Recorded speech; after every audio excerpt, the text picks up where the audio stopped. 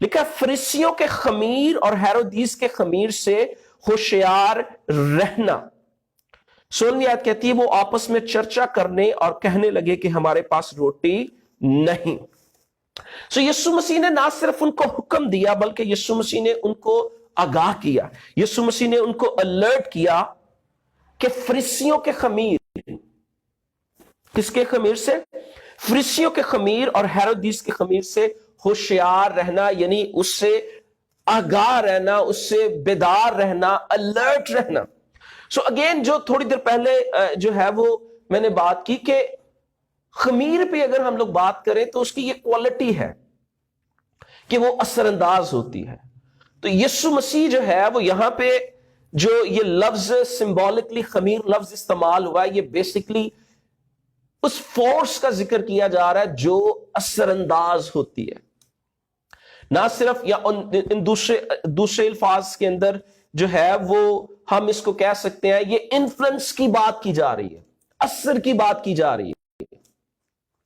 سو یہاں پہ اگر ابھی دو حوالہ جات ہم نے دیکھے، یہاں پہ 3 قسم کے خمیر کا ذکر کیا گیا. یہاں پہ جو ہے وہ 3 قسم کے خمیر کا ذکر کیا گیا. سو یہاں پہ جو ابھی مرکز کی انجیل میں ہم نے دیکھا وہاں پہ فریسیوں کے خمیر کا ذکر کیا گیا. پھر اس کے بعد جو نمبر 2 ہے وہ ہیرودیس کے خمیر کا ذکر کیا گیا، اور جو متی کی انجیل میں ہم نے پڑھا وہ جو ہے وہ خدا کی بادشاہی کے خمیر، خدا کی بادشاہی کو جو ہے وہ خمیر کے ساتھ جو ہے وہ خمیر کے ساتھ جو ہے وہ تشبیہ دی گئی ہے. انڈرسٹینڈ کریں، خمیر جو ہے اٹس لائک اے فورس، وہ ایک فورس کی طرح ہے. جو میں نے کہا کہ یہاں پہ لفظ علامتی لفظ استعمال ہوا ہے، اٹس لائک اے فورس جو کہ کیا کرتی ہے، جو کہ اثر انداز ہوتی ہے. نہ صرف اثر انداز ہوتی ہے بلکہ اس کو اپنی مانند کر لیتی ہے. سو بیسکلی یسوع مسیح جو ہے وہ ان کو اس بات کے تعلق سے پہلے ہی سے یسوع مسیح نے ان کو وارن کیا. نا انڈرسٹینڈ کریں اس بات کو، یسوع مسیح اصل میں ان کو پہلے سے اس بات کے تعلق سے آگاہ کر رہے تھے کہ اس سے خبردار رہنا، کیونکہ یہ چیز جو ہے وہ تمہارے اوپر اثر انداز ہو سکتی ہے. یہ چیز تمہارے اوپر اثر انداز ہو سکتی ہے. لیکن اس کے باوجود بھی لکھا ہے 16ویں آیت کے اندر لکھا ہے وہ آپس میں چرچا کرنے لگے اور یہ کہنے لگے کہ ہمارے پاس روٹی نہیں ہے. سو انڈرسٹینڈ کریں جو بات میں آپ کو کہہ رہا ہوں، جو میں بات آپ تک پہنچا رہا ہوں، وہ یہ ہے کہ انفلوئنس جو ہے یا یہ جو فورس ہے یہ آپ کے اوپر اثر انداز ہوتی ہے. نہ صرف اثر انداز ہوتی ہے بلکہ ڈرائیو کرتی ہے. اور انسان جس انفلوئنس میں ہوتا ہے، انسان وہ انفلوئنس اس کو ڈرائیو کرتا ہے. ان ادر ورڈز انسان جو ہے وہ ویسا سوچتا ہے، جو چیز اس پہ اثر انداز ہو رہی ہوتی ہے، جو انفلوئنس اس پہ اثر انداز ہو رہا ہوتا ہے، جو انفلوئنس کر رہی ہوتی ہے، ایکچولی آئی شوڈ سے جو چیز انفلوئنس اسے کر رہی ہے، انسان ویسا سوچتا ہے، انسان ویسا بولتا ہے، انسان کی زندگی اس کی طرح ہوتی چلی جاتی ہے. یعنی انسان کا ہر ایک کام جو ہے وہ اس ڈائریکشن میں یا اس چیز کے مطابق ہوتا ہے جو چیز اس پر اثر انداز ہو رہی ہے. سو اگین میں یہ کہوں گا کہ خمیر جو ہے جو علامتی طور پر استعمال ہوا ہے، اٹس اے فورس. اور یہاں پہ 3 قسم کے خمیر جو ہے وہ ان کا ذکر کیا گیا. نمبر 1 جس پہ ہم لوگ بات کریں گے یہاں پہ مرکز کی انجیل میں جس پہ ہم لوگ بات کریں گے وہ ہے ہیرودیس کے خمیر سے. اب ہیرودیس کے خمیر سے مراد وہ خمیر یا وہ انفلوئنس جس کی بنیاد جو ہے وہ دنیا ہے. دنیا جس کی بنیاد کیا ہے؟ دنیا ہے. وہ لوگ جو اس انفلوئنس میں ہوتے ہیں، جو دنیا، جو دوسرے الفاظ میں جیسے میں نے شروع میں کہا کہ ہمیں اس بات کو دیکھنا ہے کہ کیا ہم دنیا کے ساتھ یا ورلڈ کے ساتھ ڈیٹیچ ہو رہے ہیں یا اٹیچ ہو رہے ہیں. ہم نے ہر روز اپنا جائزہ لینا ہے کہ ہم کیا اس کے ساتھ جو ہے وہ اس کے ساتھ دن بدن گہرے ہو رہے ہیں، ہمارا جو کنیکشن ہے، یا ہم اس سے جو ہے وہ الگ ہو رہے ہیں. سو جو لوگ اس انفلوئنس میں ہوتے ہیں وہ دنیا کی طرح سوچتے ہیں، وہ دنیا کی طرح سوچتے ہیں، وہ دنیا کی طرح بولتے ہیں، وہ دنیا کی طرح ہر ایک کام جو ہے وہ سر انجام دیتے ہیں. ان کی زندگی جو ہے وہ دنیا کی طرح ہوتی ہے. یعنی دنیا میں اور ان میں کوئی فرق نہیں ہوتا، چاہے وہ لوگ کرسچنز ہی کیوں نہ ہو. اور اسی لیے اگر آپ مرکز کی رومیو کے خط کو پڑھیں تو وہاں پہ لکھا ہے اس جہان کے ہم شکل نہ بنو. انگلش کا ترجمہ کہتا ہے don't follow the custom and behaviour of this world. So یہ جو انفلوئنس ہے اس کی بنیاد جو ہے وہ دنیا ہے. یعنی اس کی بنیاد جو ہے وہ نظام ہے جو انسان کی تخلیق ہے، یا وہ نظام یا وہ لوگ جو ایتھیسٹ ہیں، جو یہ سوچتے ہیں کہ خدا جو ہے وہ نہیں ہے، جو ہر چیز اس بات کے تعلق سے کہتے ہیں کہ ہمیں جو ہے وہ اس طرح سے کام سر انجام دینا ہے، ہمیں اس طرح سے کام سر انجام دینا ہے. یعنی اس کام کے اندر خدا بالکل نہیں ہے.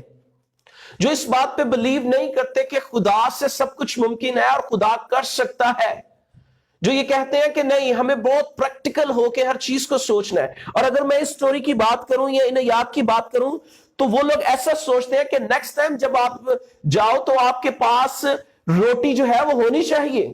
ان کا مائنڈ سیٹ یہ کہتا ہے، بجائے کہ وہ اس بات کو لے کہ یس خدا جو ہے وہ کر سکتا ہے. ان ادر ورڈز میں نے یہ اس لیے کہا کہ وہ لوگ جو ہے وہ یہ نہیں سوچتے کہ ہمیں جو ہے جو خدا کہتا ہے یا خدا کا کلام کہتا ہے یا ہمیں اپنی زندگی کے ہر ایک ایریا میں اس طرح سے جانا ہے، اس طرح سے کرنا ہے، وہ کرنا ہے جو خدا کہتا ہے ہمیں کرنے کو، نہ کہ وہ جو دنیا کہتی ہے. اور دنیا جو ہے انڈرسٹینڈ کرے، دنیا کا نظام جو ہے اس کی بنیاد جو ہے وہ دنیا کی حکمت ہے، دنیاوی حکمت ہے، اور وہ لمیٹڈ ہے.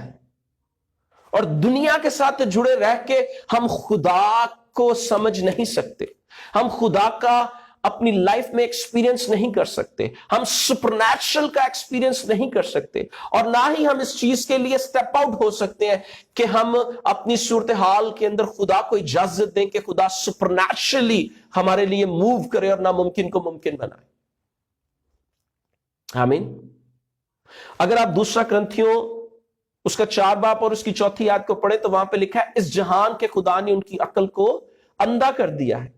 سو وہ روحانی طور پر بلائنڈنس کا شکار ہوتے،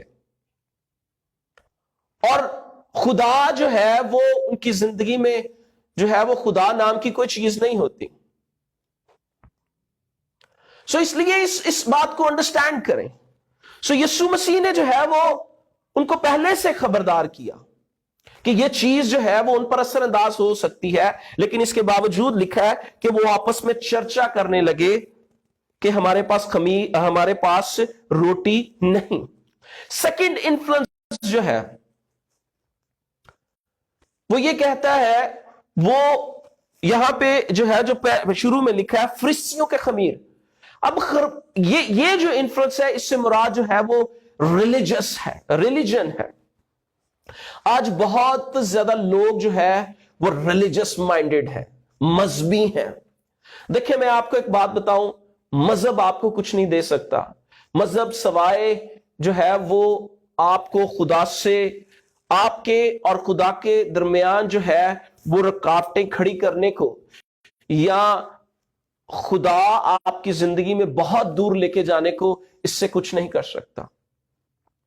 ان ادر ورڈز اس سے مراد وہ لوگ ہیں جو خدا کو صرف اور صرف جو ہے وہ تھیوریٹیکلی کتابوں میں جانتے، جیسے فقی فریسی، وہ خدا کی ذات کو صرف جو ہے علم کی حد تک جانتے تھے، وہ خدا کی ذات کا ایکسپیرینس نہیں رکھتے تھے.